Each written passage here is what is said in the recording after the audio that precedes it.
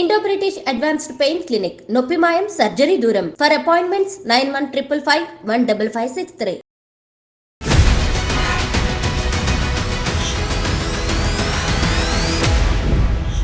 నమస్తే, welcome to I dream inside politics with Kavitha. Formula ఈ car racing కి సంబంధించి సుదీర్ఘమైనటువంటి వాదనలు విన్నటువంటి హైకోర్టు కేటీఆర్ దాఖలు చేసుకున్నటువంటి క్వాష్ పిటిషన్ ని కొట్టేసింది. ఏ క్షణంలోనైనా కేటీఆర్ అరెస్టు అవ్వక తప్పదు అనే వార్తలు ఎందుకు వినిపిస్తున్నాయి? హైకోర్టు కొట్టేయడంతో సుప్రీంకోర్టుకి కేటీఆర్ వెళ్తాడు అని బీఆర్ఎస్ వర్గాలు కూడా ఎందుకని చెప్తున్నాయి. యాక్చువల్ గా కేటీఆర్ అరెస్ట్ ఎప్పుడు ఉంటుంది? మనతో పాటుగా ఉన్నారు BRS social media warrior Krishank. Hello అండి, నమస్తే. నమస్కారం కవిత గారు. క్రిషాంక్, ఏం ఎక్స్పెక్ట్ చేస్తున్నారు? ఇమ్మీడియట్ గా కేటీఆర్ అరెస్ట్ అయిపోతాడు అనేటువంటి వాదనలు ఎందుకని వినిపిస్తున్నాయి అంతగా? అంటే ద వే ఏసీబీ స్పీడ్ చూసినా, ఈడీ కేసులో ఏ స్పీడ్ అయితే చూపిస్తున్నదో వాళ్ళ ఇంటెన్షన్, అల్టీరియర్ మోటివ్ అరెస్ట్ చేయడం కనబడుతున్నది. మేము వాస్తవానికి దీన్ని పెద్దగా సెట్ బ్యాక్ అనుకుంటలేము. ఎందుకంటే నంబర్ 1, మేము ఎక్కడ కూడా ఇందులో యాంటిసిపేటరీ బెయిల్ కావాలని అడగలేదు. మేము అడిగింది ఇది ఒక తప్పుడు కేసు అని మేము చెప్పినాం. మేము వేసే వాదనలు ఏంటిది అంటే, వాళ్ళు వేసిన కేసులో ఏంటిది అని అంటే, ఒకటి 405, 409 వేసిండ్రు, అది వర్తించదు అని చెప్పినాం. ఇంకొకటి ప్రివెన్షన్ ఆఫ్ కరప్షన్ యాక్ట్ అని వేసిండ్రు. అసలు అవినీతి ఎక్కడున్నది, క్రిమినల్ మోటివ్ ఎక్కడున్నది, డిజానెస్టీ ఎక్కడున్నది అనేది మేము చెప్పినాం. అయితే ఈ సెక్షన్స్ పెడుతూ అక్కడున్న ఏసీబీ కౌన్సిల్ కానివ్వండి, లేకపోతే ప్రభుత్వం తరఫు నుంచి ఉన్న వాళ్ళు కానివ్వండి, వాళ్ళు ఆర్గ్యూ చేసింది ప్రొసీజరల్ ల్యాప్సెస్ గురించి. సో ఇక్కడ ఇప్పుడు ఈ క్వాష్ పిటిషన్ ఒకవేళ కోర్టు ఫర్ ఎగ్జాంపుల్ మనం గమనిస్తే కూడా ఇక్కడ కరప్షన్ ఏదో జరిగిందని కాదు, ప్రొసీజరల్ ల్యాప్స్ విషయం మీద విచారణ చేపట్టాలని కూడా ఉండవచ్చును. సో మేము అనుకుంటున్నది ఏంటంటే, ఏ విధంగా అయితే ఏసీబీ నిన్న చూడండి, మేము అడిగింది ఏంటిది, ఒక న్యాయవాది కేటీఆర్ గారితో పాటు మేమేం పార్టీ నాయకులు, పార్టీ కార్యకర్తలు, లేకుంటే మీడియా మొత్తాన్ని పిలిచి లైవ్ మీడియా ముందు చేయండి అని అట్లాంటి గొంతెమ్మ కోరికలు అడగలేదు మేము. రాహుల్ గాంధీ గారికి ఒక రూలు, కేటీఆర్ గారికి ఒక రూలు సపరేట్ ఉండొద్దు కదా. రాహుల్ గాంధీ గారు కూడా ఈడీ విచారణకి వెళ్ళినప్పుడు వారితో పాటు వాళ్ళ న్యాయవాదులను తీసుకొని వెళ్ళారు. మరి కేటీఆర్ గారు కూడా ఒక ప్రజాప్రతినిధిగా ఆయనకి పూర్తి స్వేచ్ఛ ఉన్నది. అండ్ సుప్రీంకోర్టు గైడ్ లైన్స్ ఉన్నాయి కవిత గారు. సుప్రీంకోర్టే ఈ మన 2024లోనే చాలా స్పష్టంగా చెప్పింది, ఒకవేళ ఒక ముద్దాయిని మీరు ఎవిడెన్స్ రికార్డ్ చేసుకుంటున్నారు అంటే he has every right to have his advocate with him, or he can object if that right is not being provided by the investigating agencies. నిన్న అసలు అంటే ఎంత మొండి పట్టుతోని ఏసీబీ కూడా మళ్ళా ఉల్టా మమ్మల్ని బద్నాం చేయడానికి మేమేదో భయపడిపోయినామని, భయపడ్డ వాళ్ళమైతే ఏసీబీ కార్యాలయం డోర్ వరకు వెళ్తామా కవిత గారు? ఆలోచించండి. మేము ఏసీబీ ఆఫీస్ దాకా వెళ్ళినాం కదా. వాళ్ళు ఒకటే మొండి పట్టు ఏం పట్టిండ్రంటే కేటీఆర్ గారు ఒక్కరే రావాలి, న్యాయవాదులు రావద్దు. ఎందుకు అంటే కన్ఫెస్ చేసేసిండ్రు అని రిపోర్ట్ రాయడానిక, ఒప్పుకున్నారు, నేరం ఒప్పేసుకున్నారు, అయిపోయింది అని చెప్పి ఈ డ్రామా చేయనిక, లేకుంటే సహకరించలేదు అని చెప్పడానిక అనేది ఒకటి మేము భావిస్తున్నాం. సో ఇంత హడావిడి కూడా ఇవాళ అంటే ఒక 24 గంటల్లోనే గవర్నర్ గారు కన్సెంట్ ఇవ్వగానే ఏసీబీ కేసు వేయడము, తర్వాత విదిన్ 24 hours ఈడీ రంగంలోకి దిగడము, ఏ స్పీడ్ తోనైతే ఇవాళ చేస్తున్నారో. ఇంకొకటి ఏంటంటే, మాకు all this is about politics Kavitha గారు. రాష్ట్రంలో కీలక, ఎందుకంటే తెలంగాణ అనేది ఒక రైతాంగ రాష్ట్రం, వ్యవసాయం మీద ఆధారపడిన రాష్ట్రం. అంత కీలక అంశమైన రైతు భరోసా అంశం నుంచి కాకుండా ఇవాళ ఏం జరుగుతుంది, రాష్ట్రంలో ప్రతి ఒక్క channel is debating only about formula ఈ కదా. అంటే that is not your KTR arrest తప్పదు, కేటీఆర్ అరెస్ట్ కు ముహూర్తం సిద్ధమైంది, ఇదే కదా మాట్లాడుకుంటోంది అంతా. ఎగ్జాక్ట్లీ. అంటే చూడండి, ఇప్పుడు కేటీఆర్ గారి అంశం డెఫినెట్ గా it is a fight of one individual కానివ్వండి, మా పార్టీ ఫైట్ కానివ్వండి, అది ఖచ్చితంగా కోర్టులో చూసుకుంటాము. ఒక కోర్టు, హైకోర్టు కాకపోతే సుప్రీంకోర్టులో చూసుకుంటాము. కానీ మేమే చెప్తున్నాం, ఒక ప్రధాన ప్రతిపక్షంగా మేమేమంటున్నామంటే, ప్రజల ఇష్యూ ఉన్నది, హాట్ బర్నింగ్ ఇష్యూ. ఒక డిక్లరేషన్, ఒక గ్యారంటీ అని చెప్పి 15,000 రూపాయలని మీరు చెప్పి ఓట్లు వేసుకున్న తర్వాత ఎంత సింపుల్ గా మాట మార్చేసిరండి. 1 సంవత్సరం మీరు రైతులకు 1 రూపాయి ఇవ్వలేదు. అది కాకుండా ఇప్పుడు యూటర్న్ తీసుకున్నారు. అండ్ ఇవాళ మొత్తము సీన్ అంతా కూడా మారింది. కేటీఆర్ అరెస్ట్, ఇదే చర్చ. మేము అనేది ఏంటంటే, ఇది కేటీఆర్ అరెస్ట్ మాత్రమే కాదు, కాళేశ్వరానికి సంబంధించి కేసీఆర్ కూడా విచారణకు హాజరవుతారు 22వ తారీఖున. తర్వాత కేటీఆర్ అరెస్ట్ తర్వాత కేసీఆర్ మీద కూడా చర్యలు ఉంటాయి అనేటువంటి వాదనలు, వార్తలు విపరీతంగా వినిపిస్తున్నాయి కదా. కేటీఆర్ తర్వాత నెక్స్ట్ టార్గెట్ కేసీఆర్ అనేది అది డే 1 నుంచే వాళ్ళ స్పీచ్లలో మాట్లాడుతూనే ఉన్నారు కదా. రేవంత్ రెడ్డి గారి ఒక్క బహిరంగ సభలోనైనా కేసీఆర్ గారిని తిట్టకుండా, కేటీఆర్ గారిని మిమ్మల్ని జైలుకు పంపుతాము, చిప్పకూడు తినిపిస్తాను అని ప్రతిసారి రేవంత్ రెడ్డి గారు మాట్లాడుతున్నారు. అంతెందుకండి, మొన్న కోర్టు ఇది ఇవ్వకముందే భవిష్యవాణి ఎట్లా తెలుస్తున్నదో కోమటిరెడ్డి వెంకటరెడ్డి గారే కదా ఆల్రెడీ చెప్పేసిర్రు. ఆమె న్యూ ఇయర్ కోసము 2 రోజులు టైం ఇచ్చినాము, మీరు చూడండి ఏమవుతుందో, 6, 7 తారీఖున ఏం జరుగుతుందో అని. అసలు తెలిసినట్టే ఎట్లా చెప్తున్నారు? ఈ రోజు 7వ తారీఖు. మంత్రి గారికి అంత పర్ఫెక్ట్ గా ఎట్లా తెలుసు? అంటే మేము అనేది ఏంటంటే, మేము కోర్టు ఇచ్చిన తీర్పుని డెఫినెట్ గా గౌరవిస్తాం, కానీ ఇక్కడ ప్రభుత్వం ఎంత పర్ఫెక్ట్ గా చెప్తున్నది, ఎంత డేట్ లైన్, ఎంత టైం లైన్ పెట్టుకున్నది, ఇది మేము చేస్తున్నాం, ఈ డేట్ కి ఇది జరగబోతున్నది అని చెప్తూ ఉంటే నిజంగా కూడా ఎంత ఒక హై పొలిటికల్ డ్రామా అనేది నడుస్తున్నది కవిత గారు. దాన్ని ఎదుర్కోవడానికి మేము సిద్ధంగా ఉన్నాం.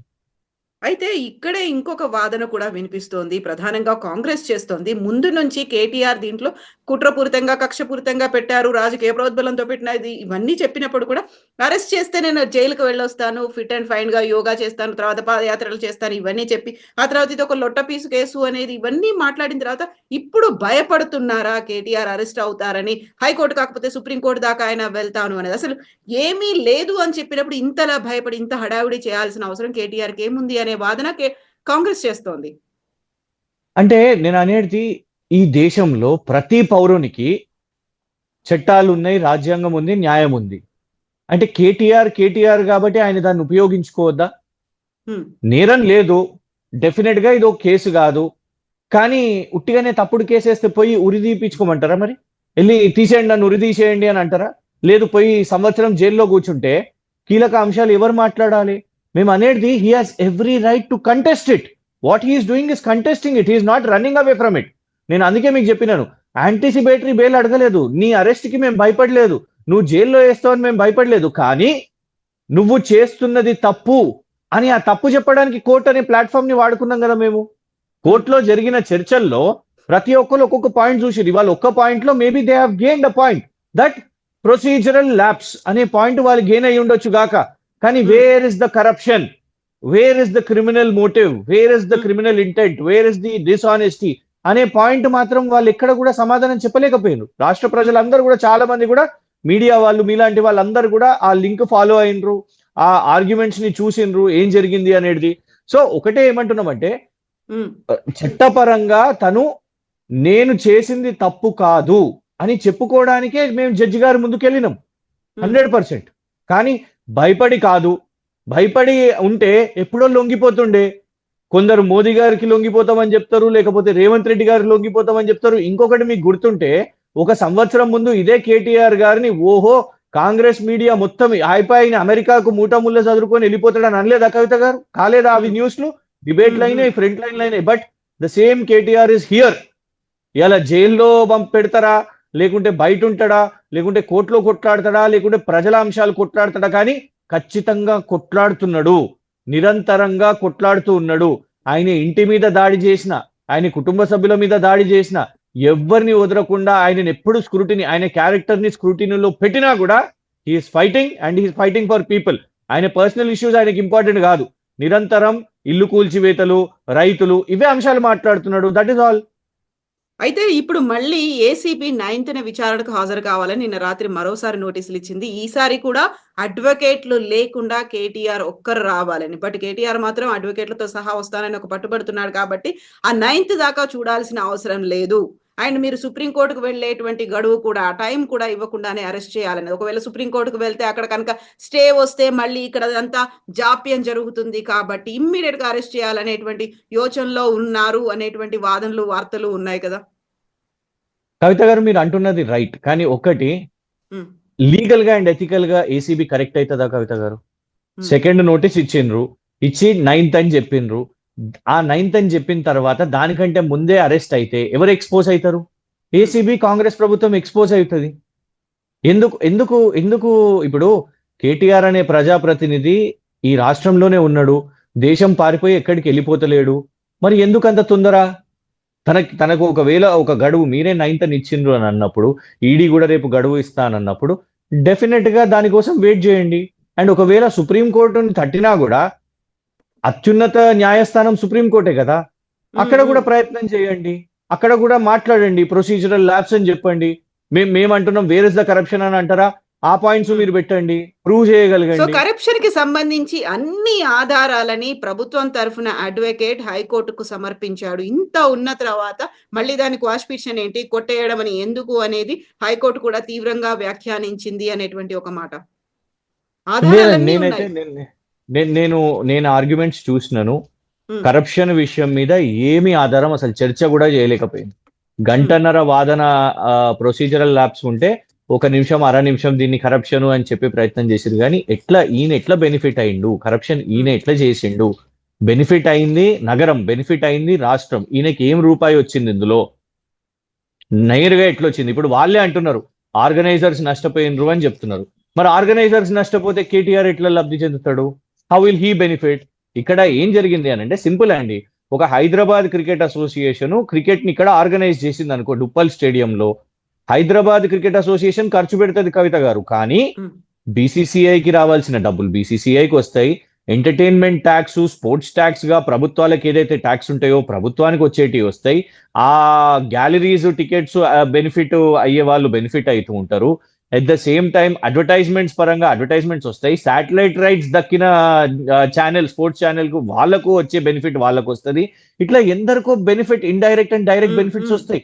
హైదరాబాద్ క్రికెట్ అసోసియేషన్ నష్టపోయింది కదా అని మొత్తం ఈ క్రికెట్ వేస్ట్ అనేది కాదు కదా. సో సేమ్ థింగ్ హియర్ ఏంటంటే ఆ ఆర్గనైజర్ నష్టపోయిందా లాభం చెందిందా పక్కన పెట్టండి, ఆయన నష్టపోయిండొచ్చు కాక, కానీ నగరం దానికి లాభం జరిగింది, దాని బ్రాండ్ పెరిగింది, దానికి రెవెన్యూ పెరిగింది. అండ్ ఇక్కడ దాని నుంచి కేటీఆర్కి ఏం పైసా వచ్చింది? 1 రూపాయి అన్న వచ్చిందా? రాలేదు. That they haven't proved. BRS ఒకవేళ కేటీఆర్ కనుక అరెస్ట్ అయితే ఇమ్మీడియట్ గా ఏం స్టెప్ వేయబోతుంది, కార్యాచరణ ఎలా ఉంటుంది? గతంలో అయితే పాడి కౌశిక్ రెడ్డి ఒక మాట అన్నారు, రాష్ట్రాన్ని అగ్నిగుండం చేస్తాము అనే మాట. పోలీసులు అయితే చూస్తూ ఊరుకోనప్పటికీ కూడా పార్టీ పరంగా మీరు చేసేటువంటి కార్యక్రమాలు, భవిష్యత్ కార్యాచరణ? నేను ఆ రోజు మీకు చెప్పినను, శాంతియుతంగా ప్రజాస్వామికంగా పోరాటం చేస్తాం. ఈ రోజు కూడా అదే చేస్తాం.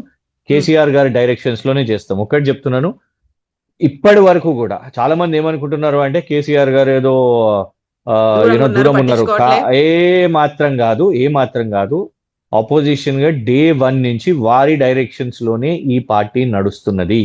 రేపు ఇది కూడా ఏం చెయ్యాలి అనే ప్రతి ఒక్క ప్రోగ్రామ్, ప్రతి ఒక్కరికి రెస్పాన్సిబిలిటీ డెఫినెట్ గా కేసీఆర్ గారి డైరెక్షన్స్ లోనే మేము కంటిన్యూ చేస్తాం. Yes Krishank, thank you so much. మీరు వచ్చిన తర్వాత మళ్ళీ లైవ్ లో మళ్ళీ మాట్లాడుకుందాం. థ్యాంక్ యూ అండి. షూర్ అండి, థ్యాంక్ యూ.